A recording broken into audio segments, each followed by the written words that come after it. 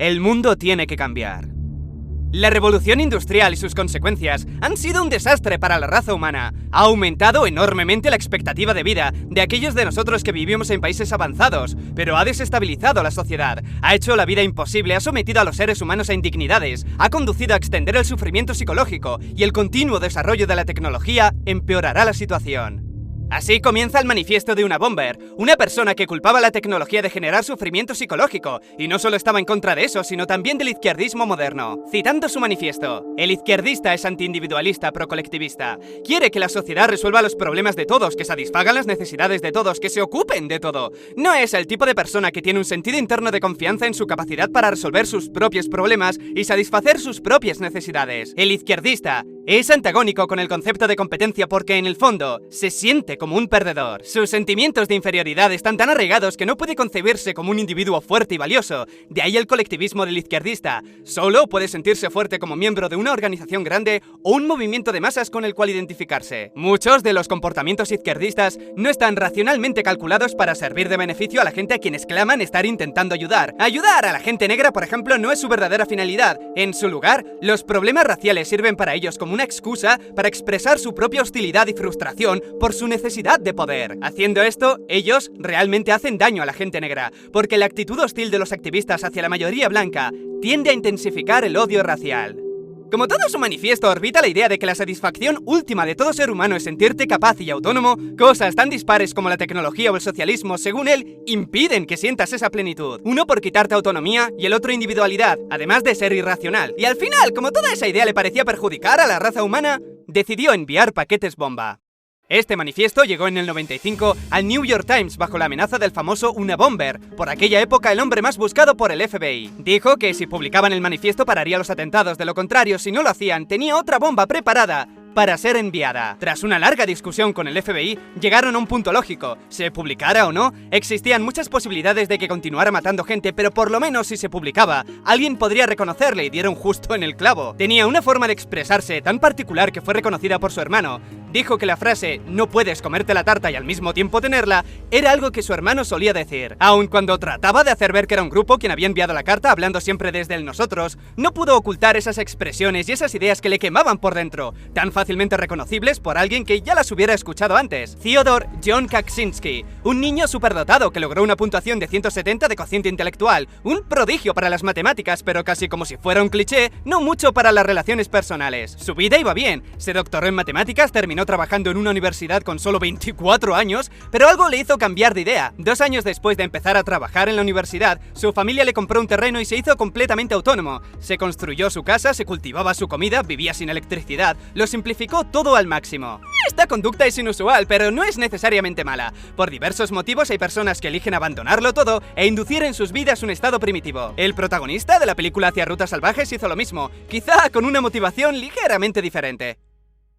A Una Bomber no solo le bastaba con alejarse del mundo. Como filósofo que era, tenía que hacerle entender qué es lo que estaban haciendo mal, qué es lo que estamos haciendo mal, qué es lo que le asqueaba tanto como para querer destruir la base de bombas. Y asquear es la palabra, no temer. Por temor huyes, por asqueamiento destruyes. Encontró en esas universidades su objetivo, vio un comportamiento que tenía que ser corregido, y como con palabras no funcionó, buscó una estrategia más agresiva. Primero necesitaba llamar la atención, luego escribió ese manifiesto y lo envió al New York Times para que lo publicaran. Con todo, las ideas que escribió no están tan mal. Me sorprende ver que yo mismo me he expresado de la misma forma en varias ocasiones, pero se enfoca demasiado en unos puntos y obvia otros que más adelante veremos. Punto 37 de su manifiesto. Así, con objeto de eludir problemas psicológicos serios, el ser humano necesita finalidades cuyo logro requiere esfuerzo y debe tener un éxito razonable consiguiéndolas. Esto es el clásico disfrutas más de la caza del tesoro que del tesoro, pero añadiendo una variable interesante, que sin tesoro que conseguir, tampoco sirve. Tienes que ver que esa caza ha servido para algo, no pueden tratarse como dos cosas separadas. El problema que él veía era que la sociedad a menudo te da la peor parte, aunque no lo parezca, el tesoro sin necesidad de ninguna caza, y comprende que aunque al principio sería todo diversión y alegría, termina por aburrir a un un nivel que si se prolonga en el tiempo, causará daños psicológicos. Te hará incapaz de sentirte realizado y con ello feliz, incluso es capaz de provocar depresiones. Es paradójico porque leyendo su manifiesto, que menudo cabrón ya lo podría haber simplificado, se mete con los izquierdistas diciendo que a menudo culpan a la sociedad de sus problemas, pero él también lo hace a su modo. Parece que culpar a los demás es algo innato en todos. Él lo que esperaba conseguir era abrirle los ojos a la gente, decirles dónde estaba el problema y cuál era la solución, decirles que tenían que cambiar el mundo de forma agresiva o gradual, eso le daba igual. Él lo que quería era ver un cambio, una revolución.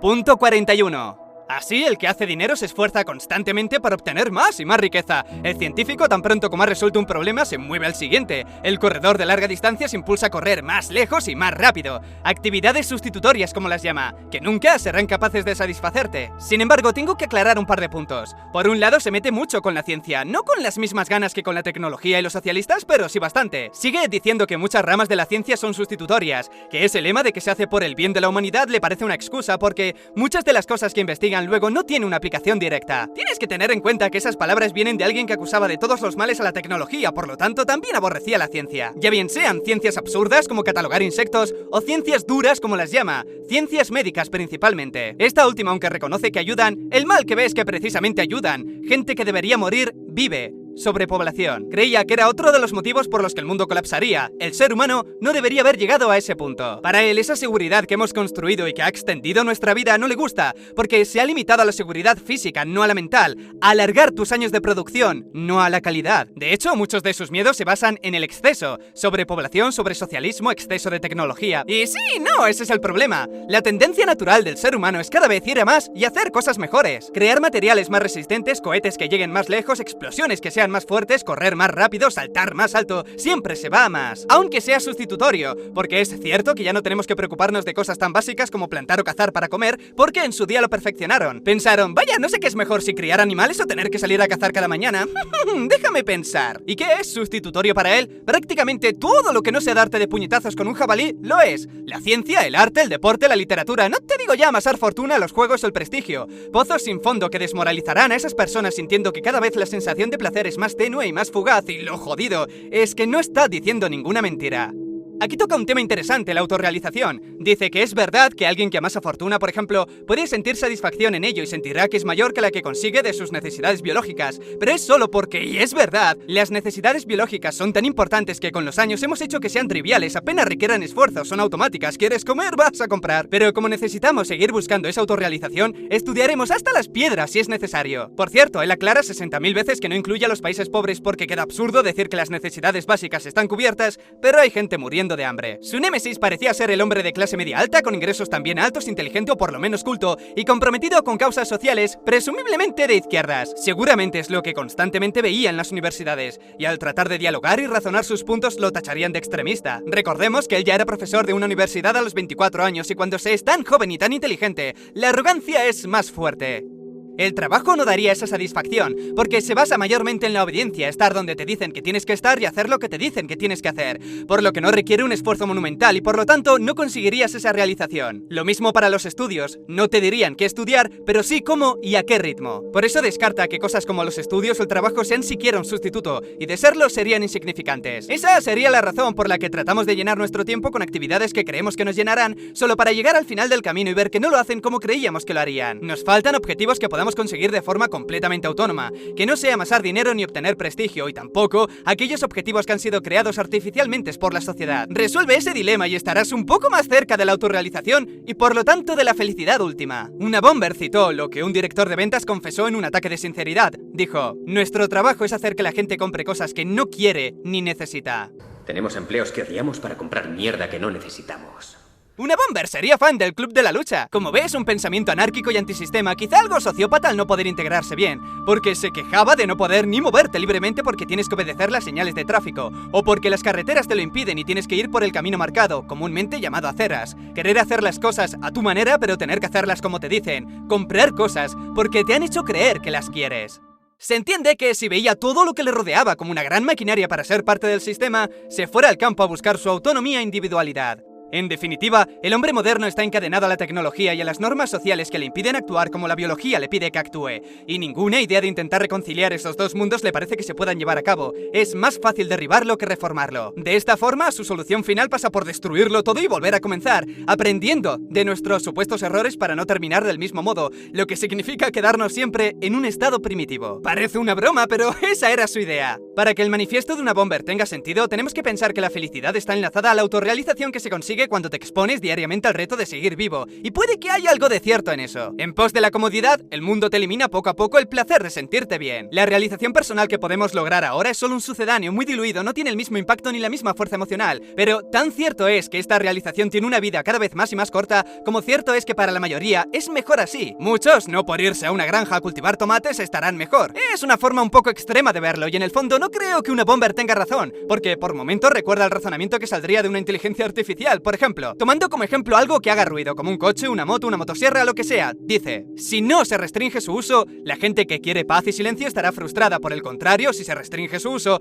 quien use esos aparatos se frustrarán. Pero si desde el principio no se hubieran creado, no existiría ese problema para empezar. ¡Nos ha jodido! El 170 CI le llaman. La sociedad se basa en relaciones recíprocas, no en el egoísmo más puro que te haga ver que la idea de destruir el conflicto es mejor que un acuerdo de ambas partes. Me da pena porque una bomber tenía potencial, pero por algún motivo entró en bucle, siguió en su propia realidad y convirtió lo que en realidad es una buena idea, no lo niego en absoluto, en algo patológico. Se cuenta que hoy en día está en prisión y sigue dándole vueltas a su manifiesto, a veces corrigiéndolo, a veces simplemente recordándolo, pero su mente se quedó clavada ahí por alguna razón. Tiene un buen punto, desde luego: unir la felicidad verdadera a la autorrealización que consigues de saberte capaz de mantenerte con vida, y no así te compras un coche o un ordenador nuevo. Pero se olvida de que nosotros tampoco paramos de evolucionar, y el mundo nunca ha sido un lugar para todos, solo para los que se adapten a él, y esto era tan cierto antes como lo es ahora. Poco a poco, los que soporten mejor este estrés tecnológico, los que sus cerebros segreguen más dopamina por hacer esas actividades sustitutorias, serán los que gobiernen el mundo del mañana, la selección natural de la nueva era. No es la sociedad la que tiene que cambiar, es el hombre el que se tiene que adaptar, y lo hará. Le llevará muchísimo tiempo, pero eventualmente lo conseguirá. Pero debo aclarar algo porque parece que se entienda que antes eran más felices y no es eso exactamente. Lo que él dice es que la sensación de felicidad es más potente. Es potente porque sabes lo que hay al otro lado, la miseria más absoluta y muerte. Tu cerebro te recompensará bien porque quiere seguir vivo y te dará tus buenas dosis de dopamina, pero ¿ese es un buen trato? Si pusiéramos las dos opciones en una balanza, el sistema actual beneficia a más gente que el que él propone, que haría miserables a la mayoría. Quizá quede alguna región en nuestro cerebro que encuentre más gratificante hacer lo que él propone, pero no por ello es mejor. Si hemos llegado a este punto es por una buena razón. Cuando comenzó el cultivo y la ganadería era todo genial, podían crear campamentos y dejar de ir de un lado para otro. Con ello, se dieron cuenta de que había mejores y peores épocas, y como no era plan de pasarlo mal en las malas épocas, cosechaban de más cuando podían para tener reservas, y ese fue el comienzo del fin, de la miseria y con ella de la felicidad verdadera. Con comida de sobra podían afrontar mejor las malas épocas, incluso podían empezar a relajarse y jugar al Candy Crush de vez en cuando porque la sensación de peligro disminuía. Y les tenemos que dar las gracias por ello. Seremos menos felices, pero existimos. Gracias a ellos él pudo escribir su manifiesto. La parte final del manifiesto es un: venga, anímate a vivir en el campo. Muchos morirán, pero es worth it. El futuro lo controlarán las máquinas hasta el punto de fusionarse con el hombre, de hacerlo más dependiente de lo que ya es, y de manera directa, cómo hacer la revolución de la que habla y cómo atacar al sistema. Analiza varias posibilidades, pero en general la conclusión siempre es la misma: el mundo está mal e irá peor de alguna u otra forma y colapsará. Así que bueno, sí, el manifiesto de una bomber es interesante, porque lanza una conversación entretenida para ver desde otro punto de vista el origen del crecimiento de las enfermedades mentales y por qué la felicidad es tan insatisfactoria hoy en día. Pero como idea para la subsistencia y expansión de la humanidad, un poco regular. Va en contra del ser humano dar la espalda al progreso.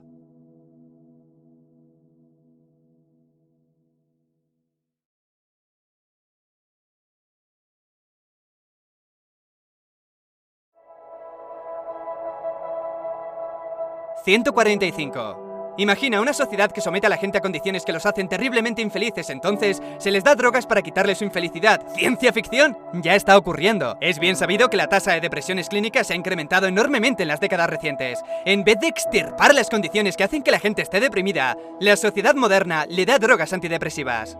155. Nuestra sociedad tiende a considerar como una enfermedad cualquier forma de pensamiento o comportamiento que es inconveniente. De esta manera, la manipulación de un individuo para ajustarlo se ve como una cura para una enfermedad. 185.